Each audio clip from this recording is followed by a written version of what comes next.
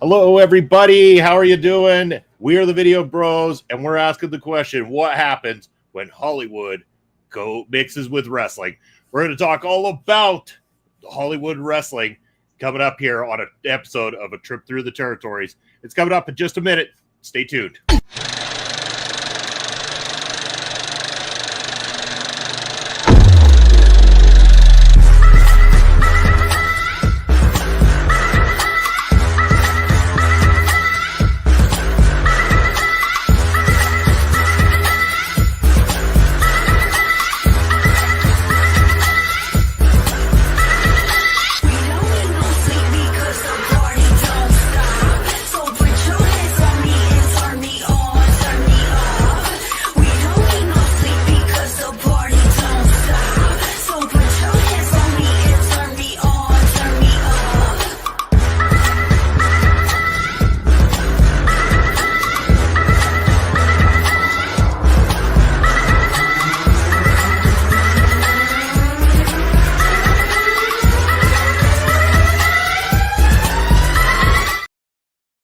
And boom, just like that, it's Thursday night, and you know what that means. It's party time with us. We're the Video Bros.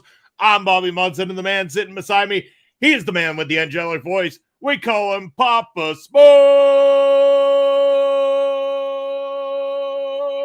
Papa Smokes, happy Thursday. How are you doing, brother?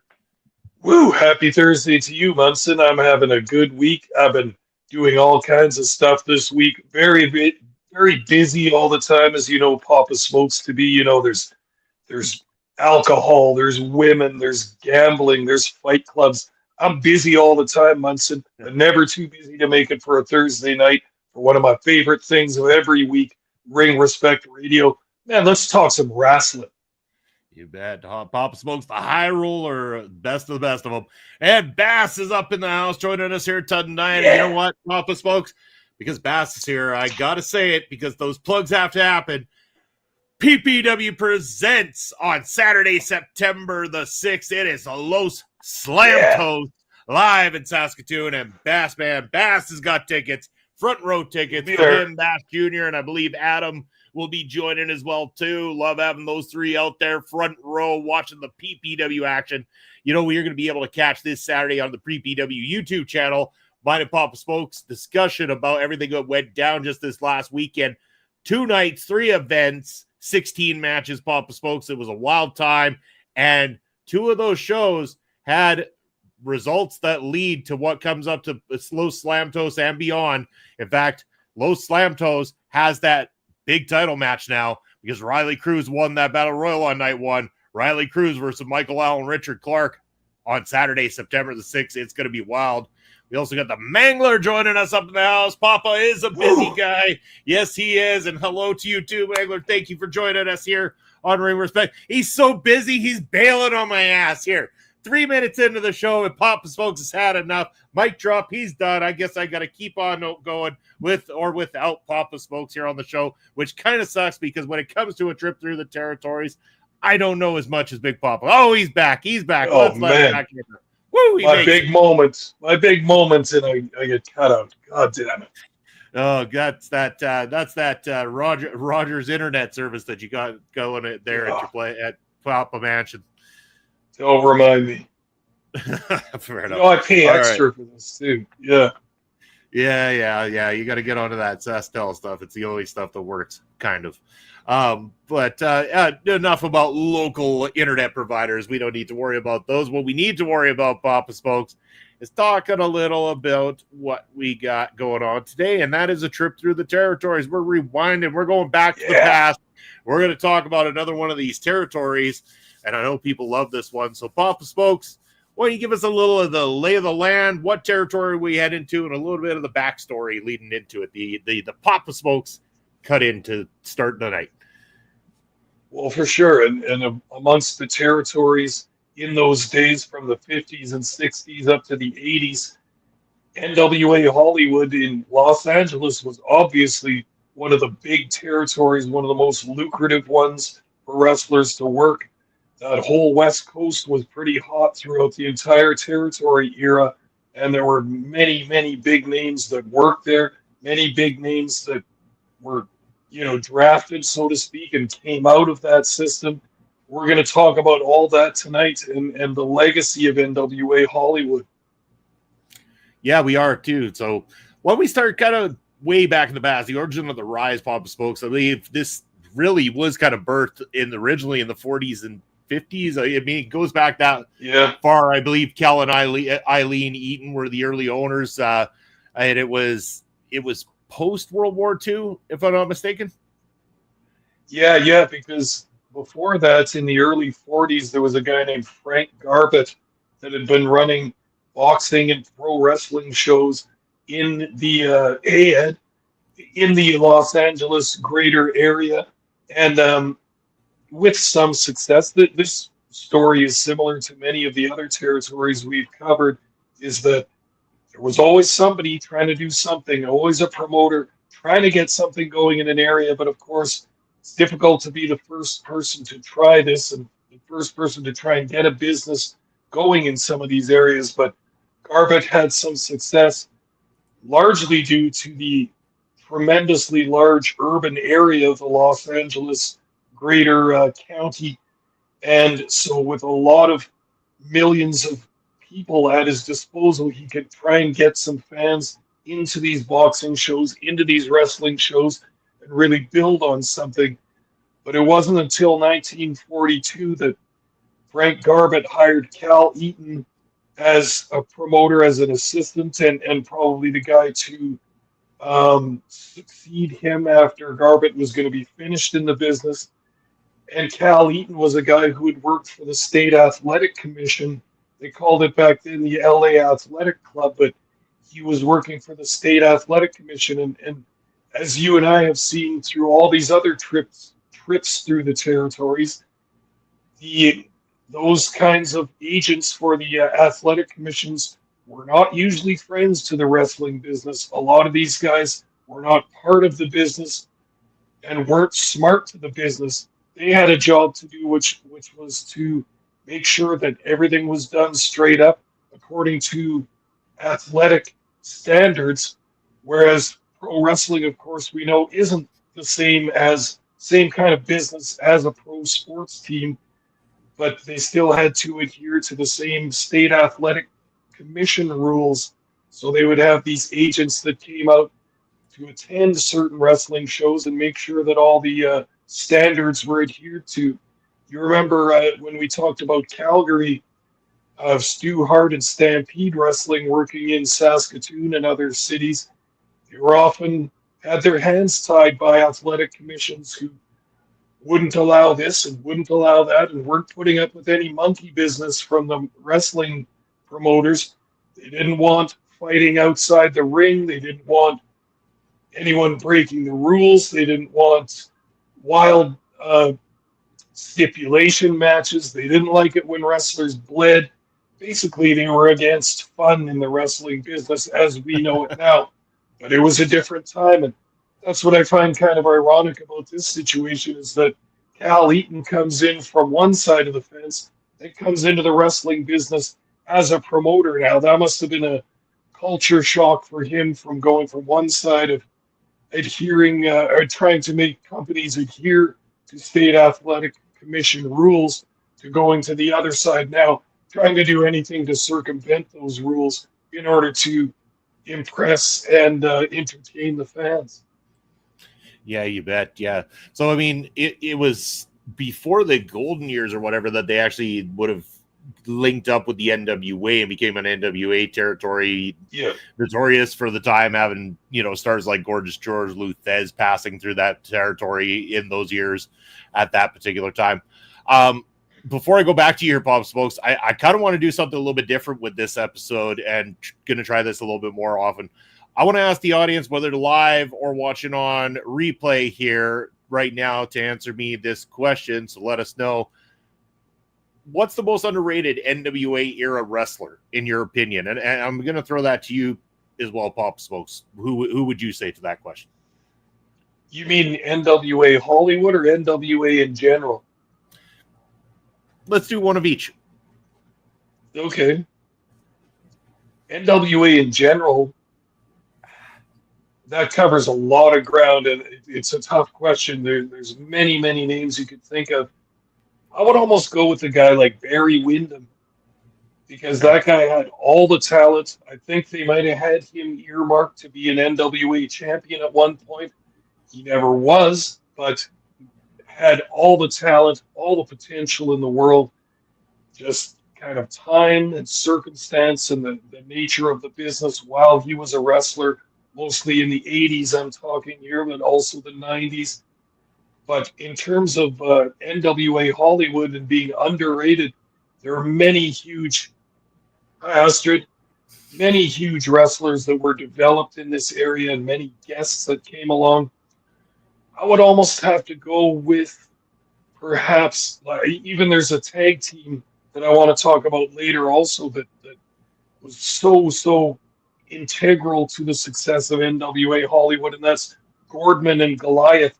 You don't hear too many people talk about them anymore, but what a massively drawing tag team, the top tag team for this area of Los Angeles for a long time, and they worked with all the greats.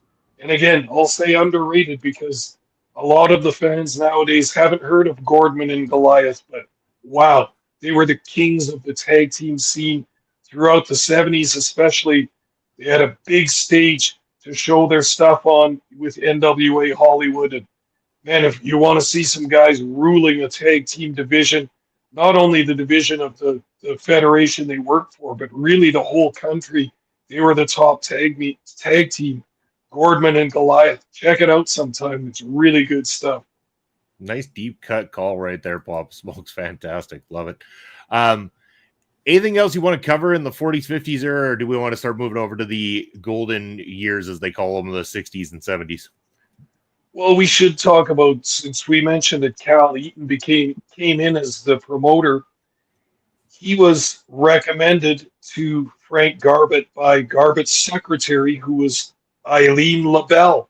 Now, you and I know this name from Los Angeles wrestling.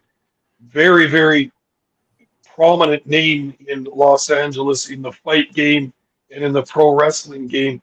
We've talked about Gene LeBell, a very famous wrestler from this time.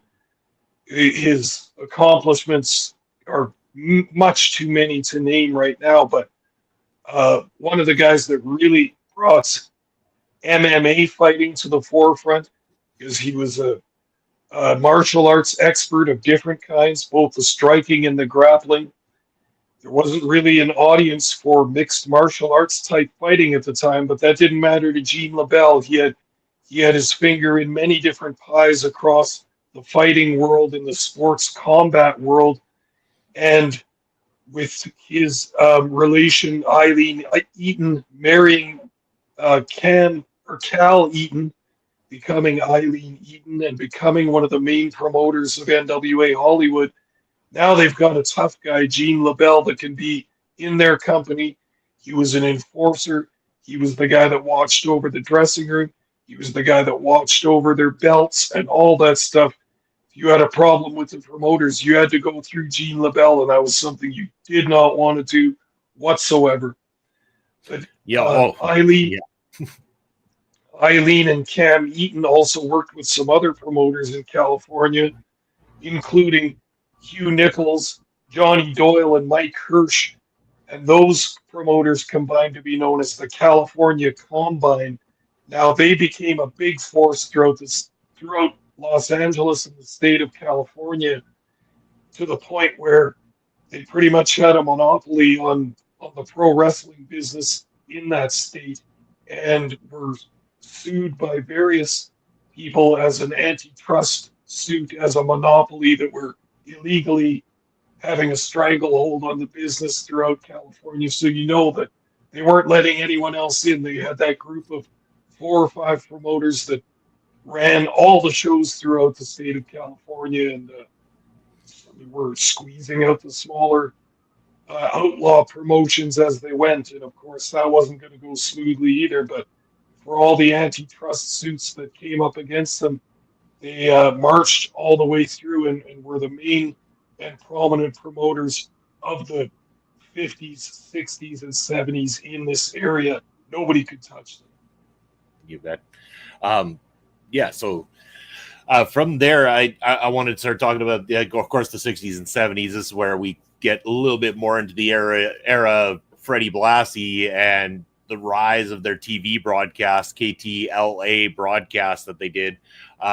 This is kind of where that Hollywood name really struck a chord a little bit more. Papa Smokes was in this era. This is where, again, Freddie Blassie, probably one of the OGs when it comes to mixing the flair of the Hollywood type style and that superstar style outside of the realm of professional wrestling blended into the world of professional wrestling. And for all you pencil neck geeks out there, Freddie Blassie was the king at doing this particular style.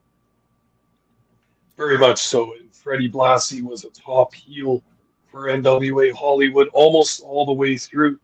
It's funny to look at Blassie now because he's one of those guys that most WWE-centric people know him as a manager in his older years, in the Vince Sr. and Vince Jr. days in WWF, managing various people from the Iron Sheik and Nikolai Volkov to many other stars throughout WWE. But he's one of those guys that always kind of looked like a 65-year-old man with the white and silver hair and that face that just with so much personality and so much experience on it. But he had started as a babyface in his younger days to much popularity throughout his home state of California. But as we all know him better, he was Freddie the Vampire Blassie, filing his canine teeth to points so that he could more effectively bite and bloody his opponents, wreak havoc throughout the wrestling world, not only in California and Los Angeles, but all the way from Hawaii to Japan, up to San Francisco and Portland, and all the way across to the Northeast and New York City. Very, very much so a huge part of this story of NWA Hollywood, and one of the main money-drawing stars on the heel side for the Eatons. Absolutely, Blassie was a massive star. And his charisma was so big that not only was he charismatic in wrestling, but he was cast in various movies, various TV shows throughout the 60s. If they needed a wrestler to be in a movie or on a TV show, they were getting Fred Blassie 100% of the time. Munson, he's even on an episode of Happy Days. Have you ever seen that one? I have actually, Papa Smokes. And I was also going to give a shout to, if people want a more in-depth review or conversation about Freddie Blassie's career, there actually is a episode of Ring Respect Radio from quite some time ago now there we went into the full career of Freddie Blassie, so make sure to check that out. But you know what makes a good heel, Pop Smokes, is having a good rival, a good babyface rival, and John Tolos was that guy for Freddie Blassie during this era of Hollywood wrestling. Those two, they kind of carried it on their backs for quite some time with that rivalry. Very much so. They had a feud that lasted much longer than 10 years because they had that chemistry in the ring together. You know, you want to hear something funny, Munson? When I went to my first pro wrestling show live, which was in Winnipeg, but was not a small Winnipeg company, was the AWA, or American Wrestling Association. The first match on the first show I ever went to had the Golden Greek John Tolos in it. I didn't know who he was at the time. I was a kid, and Tolos was in his older years by that time. He had kind of outlived his popularity in California. He was touring all over the country and all over Canada at this point, but what a famous dude to see in the very first match of your very first show. I always remember that. But Tolos in his earlier days, well, here's another thing for WWE-centric people. If you don't know who John Tolos is, in the middle part and late part of the 80s, he was a manager in WWF, The Coach. Do you remember him at all? Not talking about The Coach, the announcer that came later, but he was John Tolos, The Coach. He managed Mr. Perfect, maybe a couple other people for a short time. not so successful as a manager, but it showed you his value to the McMahons that they brought him in once he wasn't good for his body wasn't good for wrestling anymore. They brought him in as a manager because he had so much experience getting heat with crowds and performing in front of crowds. So I mean, there's the Golden Greek John Tolos, very popular as a babyface in his early days, very much a young babyface that the fans could get behind, a young, handsome guy, perfect foil to the vampire Freddie Blassie. Yeah, very much so. I want to talk about some other names that came out of this territory as well too, or at least grace this territory. A lot of talk about the lucha influence in this particular territory, bringing lucha to professional wrestling in these days. Mil Máscaras, for example, was a huge name that came through this particular territory at the time. But they also then had Chavo Guerrero Sr. of the Guerrero family legacy was another massive name that also spent some time in Hollywood wrestling as well, too. And also, of course, Roddy Piper. Roddy Piper, before heading off to some of the other areas and stuff, too, graced the Hollywood territory as well. So some very big names that had a massive impact on Hollywood wrestling. Very much so. And you bring up some good examples, not to leave out the sensational Intelligent Destroyer, one of the greater masked guys, not a luchador, but a masked wrestler from the U.S. Don Leo Jonathan, the Mormon Giant, one of my favorites. Superstar Billy Graham, Terry Funk, Gene LeBell, the Sheik, Ricky Dozan, now coming over from Japan, which was another one of their promotional relationships with New Japan and a few of the other Japanese companies, sharing talent and bringing that international flavor, as we like to call it, over to Los Angeles. Not to mention talent sharing with Polynesian Pro Wrestling in Hawaii. And then we also had Bearcat Wright, too, one of the famous African-American wrestlers from back in the day, considered by many to be the first black heavyweight wrestling champion, world champion in history, even though it was he won the championship against Blassie in kind of a double cross shoot move that he did. Gave Blassie the headbutt and pinned him for real, and referee just went with the 3 count, and now Bearcat Wright's the champion. They had to strip him of the championship at some point, but let the record book show. Big Bearcat Wright, 6'7", 265 pounds, was first African American world heavyweight champion of the WWA, which was the name that NWA Hollywood was going by at the time. Groundbreaking and pushing things forward was Bearcat Wright. Very interesting, and lots of people still talk about this. If you want somebody to read, you want an author to read about California wrestling, look to Rock Rims. Munson, we should review one of his books on here because he's got a lot of good stuff, especially about Southern California. Rock Rims, by the name, you can guess that he used to be a wrestler as well, but now a historian.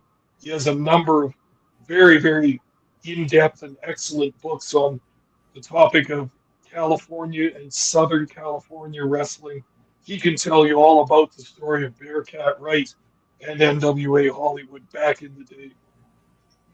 You find me the link to the right book, Papa Smokes, and we will we'll get ourselves a couple of copies and make sure that we make that a highlight here on the channel. It's been a while. It's been a good hot minute since we did one of these book reviews for professional wrestling. So yes, definitely send me a link to one that you think would be a good show here for us, and we will do as we always do, pick up our copy, read it through, and make it a future episode of Ring Respect Radio. I wanted to mention that, again, going back to the booking side of things. So, Cal Eaton inevitably passed away. Eileen did take over for a while as running the company solo till Mike LeBell ended up taking over. How was it that the booking styles changed in those different ownerships throughout that time? Well, for one thing, they had a lot of different bookers that worked throughout there. The Eatons were very busy on the promotional side of things. I don't think they were natural bookers, so they used wrestlers and former wrestlers as bookers.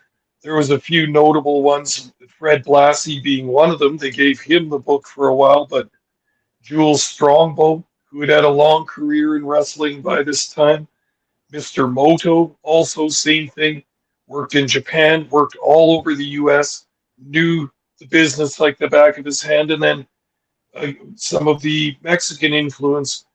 The patriarch of the Guerrero family, Gory Guerrero, had the book for a while there too. And anybody that studied California and Mexican wrestling knows that Gory Guerrero was the head of the Guerrero family, the great grandpappy, you could say, and had the book in NWA Hollywood Wrestling. It was a big, thriving promotion with a lot on the line, so booking had to be good. And you know that the Eatons chose their bookers very, very carefully and very particularly. So, what an honor to have the book in those years, but what a responsibility as well. It couldn't have been easy. Yeah, you bet. Brett, hello. Thank you for joining us during this time. Future episode on Houston wrestling is Brett's suggestion. Was that on our list, Papa Smokes? Yep, it sure Perfect. is, because Perfect. you remember that we reviewed a couple of Houston matches in the early days of Ring Respect Radio, or in my early days joining Ring Respect Radio. Remember, we remarked upon what a good lineup they had, what good action they had, and what good production value as well. You remember watching the Fantastics versus the Sheep Herders, Munson? That was a good time. Yeah, 100%. Yeah. When you opened my eyes to what the Sheep Herders were, I knew them as the Bushwhackers. Not quite the same experience when you find out that they're Sheep Herders. But I want to say this. This is the first time we've had a specific request from anybody in the chat here for a trip through the territories, and it is on our list. So, Papa Smokes, I say next month's trip through the territories, I would think we take Brett up on this and we do the wrestling history of Houston. Hell yeah, that's one I've been looking forward to as well. And that promotion was a hotbed of talent as well, not only traveling talent, but they built up quite a few stars through the Houston system. Including Percy Pringle, also known as Paul Bearer, but also Brother Brucey, Bruce Pritchard, who never made it big as a wrestler, but isn't he big in the wrestling world now? Tremendous amount of power, and he did really well throughout. You bet. Yeah, and STG coming in saying Houston would be a great one as well, too. So, yes, mark it on your calendars. Yep. We will be doing that one sometime in August there for you guys, so stay tuned for that. Thank you for the suggestion, Brett. Really appreciate it. Love the interaction with our audience as well too, so anytime we can get great suggestions like that, we will take you up on it. Moving back to where we were, Papa Smokes, next thing I wanted to say, let's throw a fun one out here for a second before we get back to the territory itself. Here's a little bit of a question. Who is everybody's favorite LA wrestling icon? Like straight out of LA, who do you got? Who is the most monumental wrestling to come out of that area? Papa Smokes, going to you. This goes for people watching on repeat or in the live chat. From LA, who has been the best that they've produced? It's a tough one, but we've already talked about him too. It's got to be Blassie. I mean, the guy did everything there was to do in the wrestling business. He was on top of the entire wrestling world for a long time as a heel, which is even a greater accomplishment. Blassie's got to be their best homegrown star for the long and successful wrestling career that he had, but then possibly even more famous after that as a manager. He had one foot in two generations of wrestling, the previous years in NWA Hollywood, and then doing so well there that coming up to New York. You remember we talked about this in our podcast about Fred Blassie. He wanted to keep wrestling. He was 55, 57 years old, something like that. But New York State New York State Athletic Commission had a rule that you couldn't be an active wrestler past the age of 55. That was their limit, supposedly to circumvent heart attacks and other kinds of injuries happening in the ring. So Blassie was basically forced to retire, and they put him in the role of manager, where he could still get on the mic and still show that tremendous charisma and that tremendous cleverness that he had throughout his career. And even the wrestling fans that never watched him as an active performer in the ring know Freddie Blassie is the manager of champions. Yeah, hell yeah. Great answer there. I can't wait to see what people say, either in the live chat or on repeat here. Hopefully we get some fans coming in on the repeat here, letting us know about some of their favorite memories as well as their favorite icons out of the era. So again, this is the same case we've heard, I think, time and time again with these territories, Papa Smokes, is that inevitably, once it started getting to the point of winding things down, once we started to get towards the 1980s, it became stiff competition from other territories, and more in particularly the global success and destruction of the territories being done by the World Wrestling Federation and the McMahon family. No difference here. This is the end of Hollywood wrestling came about as a result of the stiff competition coming in directly from the WWF in the 1980s. Yeah, not only the competition, but McMahon Jr. went against his father's wishes. His father, McMahon Sr., had always said, hey, it's a big enough country and a big enough business. We can all coexist and we can all make money. We can all trade talent without there having to be an NWA governing board, which there wasn't by this time. But it was Vince McMahon Sr.'s dream that we can all work together. We can scratch each other's backs. McMahon will make the most money up in New York, of course, but he had no problem with the territory system existing as it had. He felt that it was a symbiotic relationship with his huge company up in New York, the WWF at that time. But once the kid took over, Vince McMahon Jr., the Vince that we all know, he wanted it all. It wasn't enough for him to leave the other companies running. He wanted national TV to be the only and the main show that everybody across the country watched.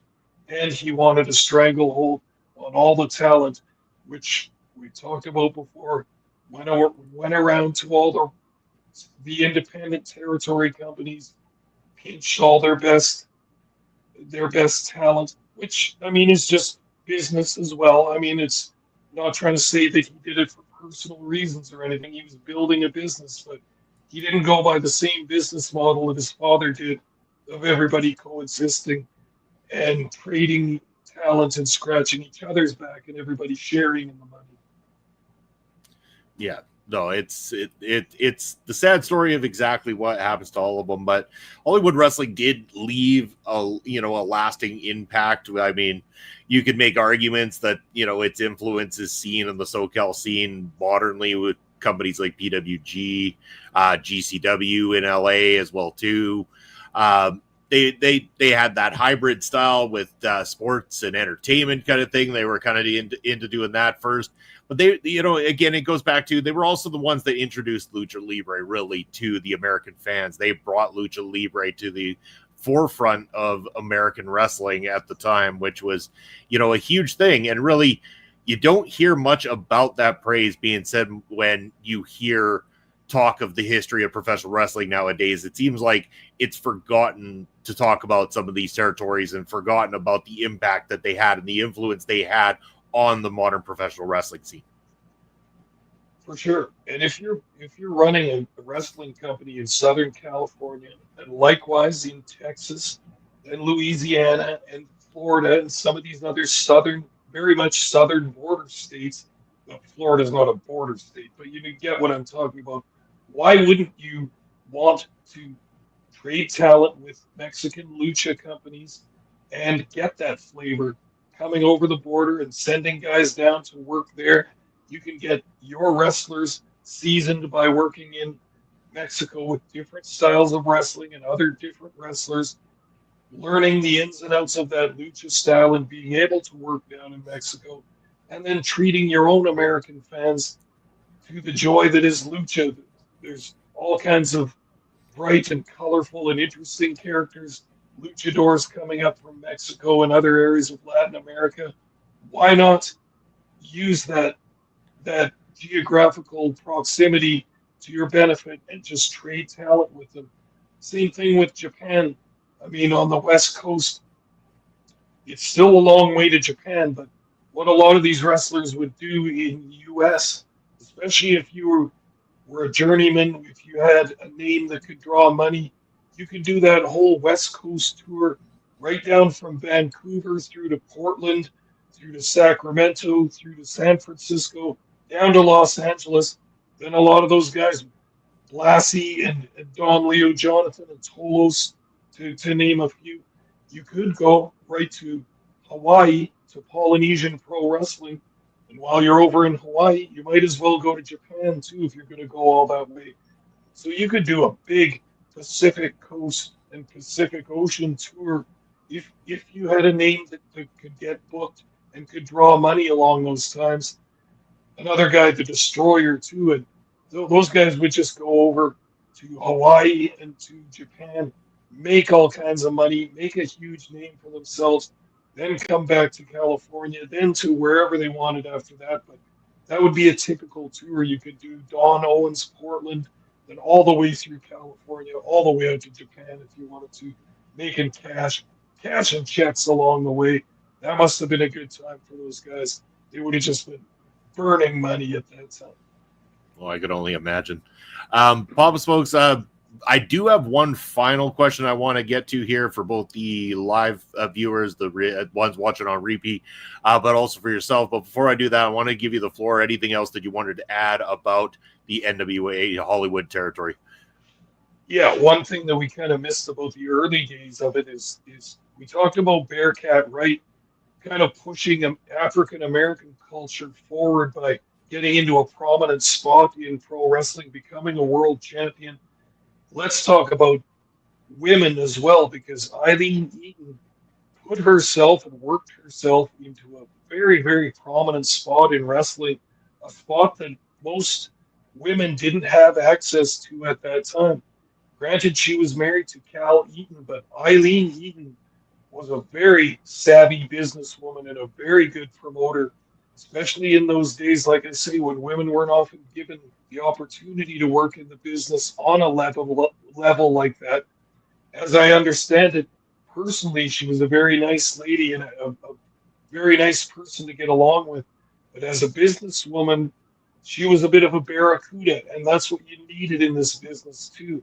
Man, all kinds of performers from wrestling to boxing will try and take you over the barrel for money, will try and hold you up for money at the box office, will try all kinds of underhanded tricks and everything. But Eileen Eaton was a very strong and intelligent person. She wasn't taking any guff from any of the promoters. She also, though, treated the boys well, treated the wrestlers well. She was one of the first promoters to implement a profit sharing structure with the wrestlers as well. She would give some performers a percentage of the gate, which is unheard of in the wrestling business. You had to be really good to start getting a piece of the action, so to speak, from the actual gate. Well, what that did was started getting wrestlers to start promoting the shows themselves, start promoting the business in the California area, and it became a very, very useful thing for Eileen Eaton because they started to see massive crowds and massive gate intakes with the wrestlers having some of the power to make more money within their own hands. And I mean, there's that 1971 Fred Blassie versus John Tolos, which they ran at the LA Auditorium, the big building, which probably had wouldn't have been the Lakers at that time, but probably had the pro basketball team that would have still been the Minnesota Lakers back then, I think. But the big arena, they took a gate in 1971 of $142,000, which I can't even imagine what it would be in today's money. But that was the big one for a long time. That was that decades-long feud of Blassie versus Tolos. So again, probably both of those guys, Blassie and Tolos, would have made a piece of this gate and a bunch of other big gates Imagine how much money you would be making for one show if you were getting a piece of a gate that big. It's absolutely crazy, but it showed the trust that Eileen Eaton had and the respect that she had for her main guys, her main performers of the day. And you know that those wrestlers were appreciating getting those extra big paydays. And you know that that would bring the loyalty along with it, too. Yeah, 100%. Great show, Papa Smokes. So I do have one question I want to leave us on here before we do a little bit more chatter before we wrap things up. So last thing to do with Hollywood wrestling, I want to know if you could bring back one match from this era, one particular, it doesn't have to be a particular certain match, but two guys, one match brought into the modern day. And this goes for our audience too. What match from Hollywood wrestling would you have come back? Well, I know the match I would pick, not specifically because these two had a whole ton of matches against each other, both in America and in Japan. But that Fred Blassie versus Riki Dozan, the huge, the Hulk Hogan of Japan at that time, the biggest star possible in Japan, the guy that preceded Antonio Inoki and Giant Baba as the leading force in Japanese wrestling. He was a god. And when he came over to the U.S. to wrestle, it was almost solely for NWA Hollywood and for Eileen and Cal Eaton. So that's another feud that went on for a long time. I can't name a particular match, but there are a few on YouTube and elsewhere on the internet. You want to see some heat and some guys that worked well together, check out Fred Blassie versus Riki Dozan. Great stuff. And boy, did they draw some heat and some huge houses. There's a TV match of theirs from Japan that had, I can't even remember what the rating is. It's just absurd to think of in today's terms. But they were, almost every person in Japan was crowded around their TV at the in the 60s watching Blassie versus Riki Dozan. Just absolutely unforgettable stuff. Yeah, fantastic show, Papa Smokes. Great territory to talk about. I'm glad we were able to bring light to some of the history of Hollywood wrestling from LA for all of our live viewers, anybody watching on repeat, anybody discovering us for the first time. We do these once a month. And again, as suggested by Brett Martinez earlier today, we're going to do the Houston territory next month. So if you want an opportunity to have a territory talked about that we haven't touched on yet, let us know. We would love to add that to the list and give you the shout out for the recommendation. So you, the audience, can get involved here on Ring Respect Radio. Yes, Bob Stokes. And Bob, can I say one more thing about, for sure. About NWA Hollywood? We mentioned this the last time when we talked about Freddie Blassie years ago when we talked about a retrospective of his career. But not to be forgotten in this, one of the main players, along with the wrestling talent and the promoters, the Eatons, was the venue itself, was the Olympic Auditorium. That's where the Eileen Eaton and Cal Eaton ran wrestling shows and boxing shows for decades, was at the Olympic Auditorium in Hollywood, California. So it is also a main player, a main character in this whole story. It was the perfect size. It was the perfect ambiance. It was the perfect place to watch wrestling and boxing. And many, many people have written about this, about the Olympic, and talked about it. Most notably, famous poet and writer Charles Bukowski, who is a born and bred Los Angeles person and writer. He writes in one of his books, and I'll quote this: "Even the Hollywood boys knew the action was at the Olympia. Raft came." Now, Raft was a movie star at the time. "Raft came and the others and the starlets, hugging those front row seats. The gallery boys went ape and the fighters fought like fighters, and the place was blue with cigar smoke, and how we screamed and threw money and drank our whiskey, and when it was all over, you slept like a drunk angel." Unquote. Now, isn't that a nice glimpse from someone who used to go into boxing and wrestling matches and had a creative mind for writing. Charles Bukowski immortalizing NWA Hollywood and the Olympic Auditorium in his writing. Famous quotation and perfect to end off this episode. Fantastic, Papa Smokes. Glad you brought that up. What a great chat this has been. And again, if anybody ever has any further question or wants to learn more, you can always reach out to us. We will get to those credentials shortly. Papa Smokes, I will say that people can catch you and I this Saturday at a very special edition of Prairie Pro Wrestling on the Prairie Pro Wrestling YouTube channel. I was talking about the weekend that we just had. 3 shows, 2 nights, 16 matches. A very fun time. But, you know, I've been a little busy lately, Papa Smokes. I've had a lot of different edits going on, my hands in a few different pots here on the channel. But I also, you know, I dabble in music videos sometimes, Papa Smokes. And I just had a music video that I helped direct with my buddy Brad Scrivener from Chainfire that just hit the airwaves yesterday. You can find the song Avoidant by Chainfire on all streaming platforms, Spotify, any of the other ones. I'm too old to memorize them all. But you can also check out the video now available on YouTube. But because this is exclusively copyright free now, content creators can now use all this new Chainfire material that we are going to be releasing with videos on the Chainfire channel. Because of that, we ain't going to get striked if I show you guys what I've been up to. So I think, Pop Smokes, in all fairness, I just play the video here for everybody today. Let's do it up, Munson. Let's check it out. All right. Well, I am going to load this up so that we can check out the latest single from the band Chainfire. The song is called Avoidant, and this is the music video that Brad and I came up with for it. Hope you enjoy.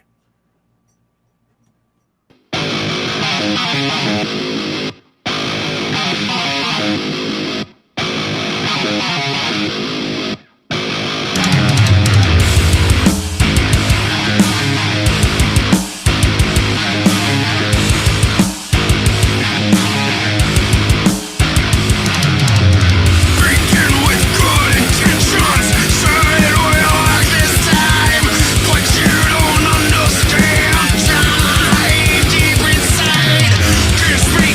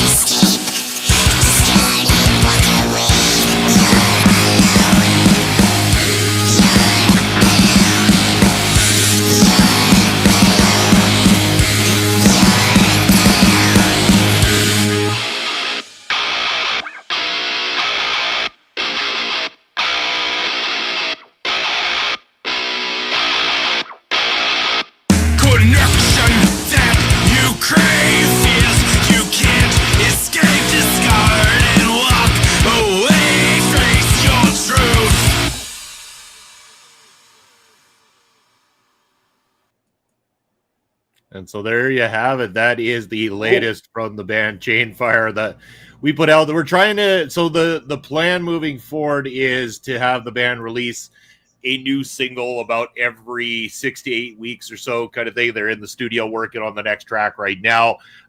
We will be working on a music video for each of them. Cool news to that is not this next track that they're working on right now, but the one after.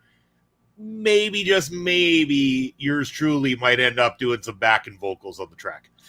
Oh, Munson, you have talents I never dreamed of. That video turned out very nicely. I'm not sure about the singing. That they don't want me for it for sure, but Munson, maybe you can get the job done. Yeah. So it's been a lot of fun to work on this. This is actually the third video I've done for the group Chainfire. We did one a long time ago, but you'll remember not that long ago, about a year ago, we put out the one for the song Push. So yeah, it's now going to be available for content creators to use their music in their videos if they wish to. So if you want to have that playing on your Twitch streams, you want to have it playing on your YouTube videos, there will be no copyright strikes at all. It is 100% free. Just give a shout out to Chainfire over on YouTube and on social media at Chainfire Music. That's where you'll find them. Local Saskatoon band, been around a long time, good friends of mine. It's been a labor of love, just like a lot of the projects I get involved in, Papa Smokes. All I do is get involved with these things because I love doing them and I love working with great people. Well, you're a hard worker and a creative guy, Munson, and put those things together and stuff's going to get done. So Chainfire, lucky to hook up with Bobby Munson, who will get your video done and edited and directed and all that stuff. Man, it looks good, dude. It looks very professional and all that. So cheers to that. And any more video projects for any of these singles coming up in the future? Oh, yeah, for sure. We plan to have a video to accompany every single release. That is the plan moving forward. So, yeah, there is the kind of an arcing theme to the songs that are going to release over the next little while and everything, but that's going to roll right through to December. December will probably, if I'm going to be doing backup vocals, the one that comes out at the end of December will be the one that I'll be involved in vocally. Otherwise, the videos will be myself and Brad working on those every single time. Yeah, it's fun to do. I really enjoy it. SDG saying get involved with PPW hot dogs. I mean, there are hot dogs at the PPW shows. SDG, those became a very popular thing at PPW shows. In fact, there was another one of those hot dog eating contests over the weekend there, Papa Smokes, that I believe that one of the PPW fans ended up winning that particular contest. Yeah. So good for him. I sometimes I'm tempted, every time I hear about it and I see what people get, like when I see it's like they've got 10 minutes to eat as many hot dogs as they can and they got 7 down, and I'm like, 7? What the hell is going on here? You only eat 7 hot dogs in 10 minutes. Come on. I could do that in my sleep.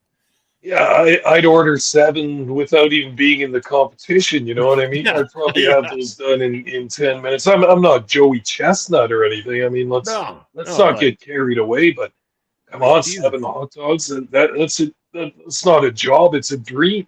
Yeah, I would take on 7 of those ones from Costco. They're like 3 times the size of the hot dogs that they serve at the hot dog eating contests. Like, come on here, people. Munson, it's not about size, Munson. Come on. All right, Papa Smokes. All right. But yes, congratulations to the hot dog champions there from over the weekend and all the great people who had us out over the weekend as well, too. Beer Wars YXE as well as the Saskatoon Berries. It was great meeting Barry the Bear, Papa Smokes. Barry the Bear, great mascot here for the Berries team. Had a lot of fun there. So it was a phenomenal weekend. I enjoyed it.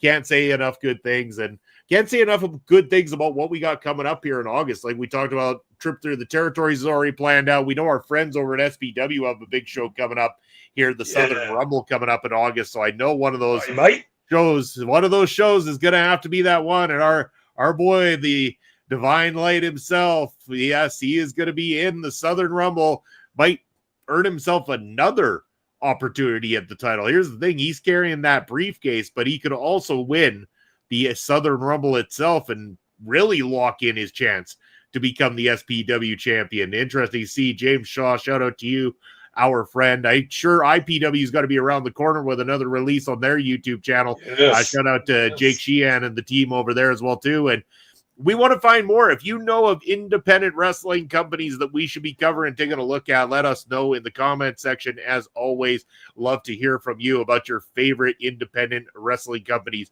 for us to check out. But we also got to get to trivia again, Pop Smokes, probably in the next week or two here. We got to get the old team back. We got to get on the trivia bandwagon, and we got to do some more trivia here on the channel. So that is going to be right around the corner. But in the meantime and in between time, Papa Smokes, cost me some money. Look at that beautiful ticker and tell the people where they can find you. All right. I can always be found on PPW's YouTube channel every Saturday, calling matches with my partner Munson here. Calling Munson with my matches here. And I can be found on Thursday nights at a time such as right now on Ring Respect Radio, which is hosted by OLE Podcasts and Video Bros Network. Other than that, I'm on Elon Musk's free speech wonderland known as X. I'm at smokes_papa. Also on Twitch at papa_smokes_. Wonderful. That's where you can find Bob Smokes. As for myself, Bobby Munson. On the X, it's Real Bobby Munson. Instagram at Threads, Video Bros SK. Twitch, it's Video Bro _Bobby Munson. And on the Blue Sky, search Bobby Munson. You'll find me right there. What do I got coming up for you? Well, as always, like Papa Smoke said, this Saturday, we've got that special edition of our review over the weekend for Prairie Pro Wrestling, but we'll be back a week later to regular matches released on the Prairie Pro Wrestling YouTube channel for you. As always, go get your tickets to PPW Presents Los Slamtos, officially on sale now. Get your seats because they are selling quick and they are going to go away very, very soon. So make sure you've got that locked and loaded. Mangler, thank you very much for supporting again. Always appreciate you being here. Thank you for being an awesome supporter and an awesome friend. As well, what do I got going on this Sunday? You can catch me and the boys live at 11 a.m. Eastern time for Point of View, your favorite Sunday sports stream, where we talk about the week in sports. And I am a happy man, Papa Smokes, because as of right now, Manchester United are starting to look like a better team for a change. They are actually firing all cylinders, and I'm very, very excited to see how things go down with them moving into the new season. We are right around the corner from the NFL season, so we're going to be having, at the end of August, our very special edition of our NFL draft episode, as well as getting into our NFL weekly predictions, where it's actually going to be a little different this time around. Each one of us on screen is going to be picking every single week. There will be no team ups. The viewers can pick their teams as well too.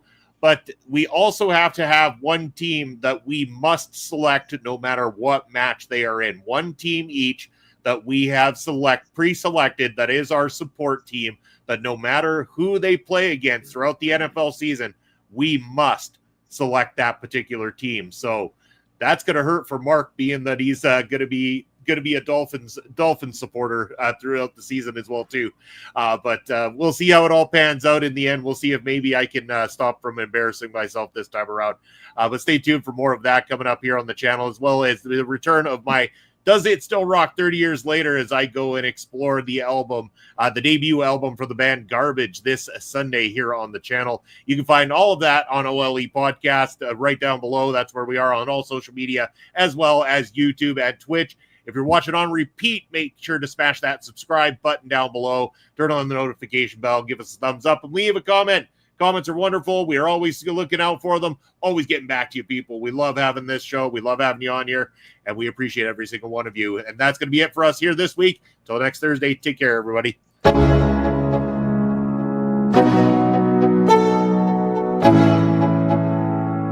Let's go. Yo, I'm like an addict. Do I gotta have it?